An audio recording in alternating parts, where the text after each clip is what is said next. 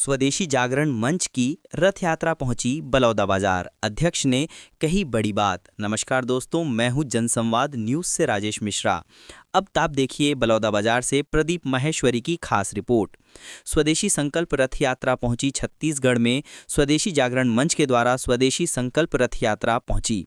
इस रथ के साथ छत्तीसगढ़ शासन में बाल राज्य अधिकार संरक्षण आयोग की अध्यक्ष वर्णिका शर्मा तथा जनपद सदस्य मोरध्वज पैकरा मुख्य प्रवक्ता के रूप में पहुंचे।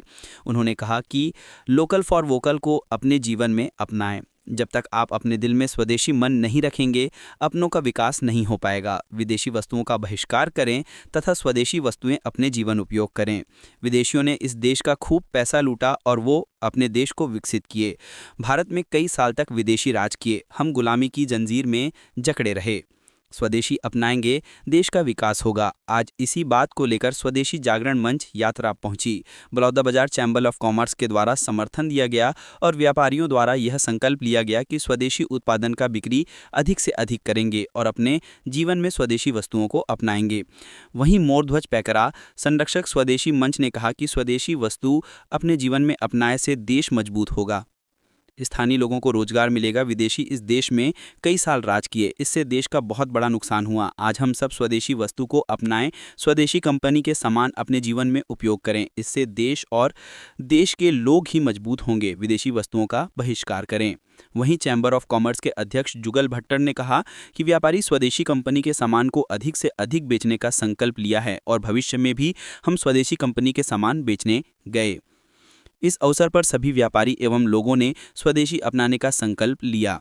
इस अवसर पर बलौदाबाजार स्वदेशी मंच के professor Jainarayan Kesarwani, Saurabh Sahu, chamber of commerce के जुगल भट्टर, लक्ष्मी साहू, श्याम सुंदर केसमानी, मुरारी लाल साहू, महेश अग्रवाल, सुरेश साहू, नरेश मिश्रा, दिनेश वर्मा सहित बड़ी संख्या में व्यापारी उपस्थित थे। मिलते हैं फिर नई खबर के साथ। अगर आपको हमारी खबर पसंद आए तो इसे अधिक से अधिक शेयर करें, लाइक करें, कॉमेंट बॉक्स में अपनी प्रतिक्रिया जरूर लिखें।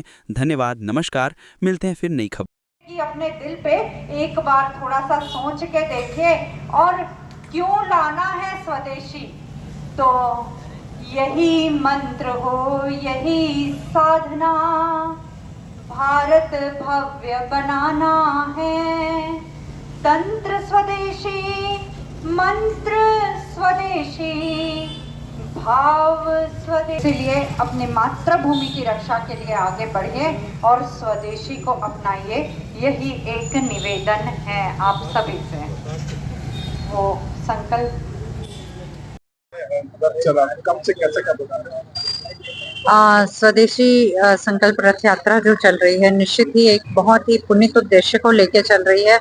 आज मेरा यहाँ आना हुआ और यहाँ पे सभी बंधु वर्ग, सभी व्यापारी गण, व्यापारों के प्रमुख जो व्यक्तित्व हैं एकत्रित हैं और सब मिलके एक साथ संकल्प ले रहे हैं कि हमें स्वदेशी को केवल अपनाना ही नहीं है, स्वदेशी भाव भी जगाना है। और नेहरू चौक नामक स्थान में बलौदाबाजार के ये जो आज सभी कृत संकल्पित हुए, देख रही हूँ कि व्यापारी गण भी अपनी दुकानों से बाहर निकल के अपनी बातों को सुन रहे थे। कहीं ना कहीं ये बात ये दर्शाती है कि हमने स्वदेशी का नारा तो जरूर लगाया है, पर अब वो समय आ गया है कि जब स्वदेशी को हृदय से अपनाना भी है, अपने लिए ही नहीं, अपनी मातृभूमि के लिए अपनाना है।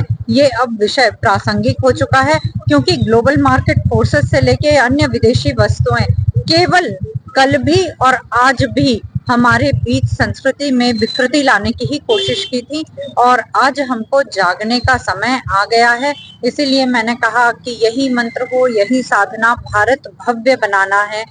तंत्र स्वदेशी, मंत्र स्वदेशी, भाव स्वदेशी लाना है। इसमें लोकतंत्र में राजनीतिक पार्टी क्या सपोर्ट है? राजनीतिक पार्टियां या कोई भी व्यक्तित्व हो, वो निश्चित रूप से इस देश की मिट्टी में जो हैं, वो निश्चित रूप से स्वदेश ही कहेंगे और स्वदेशी को उन्नत करेंगे।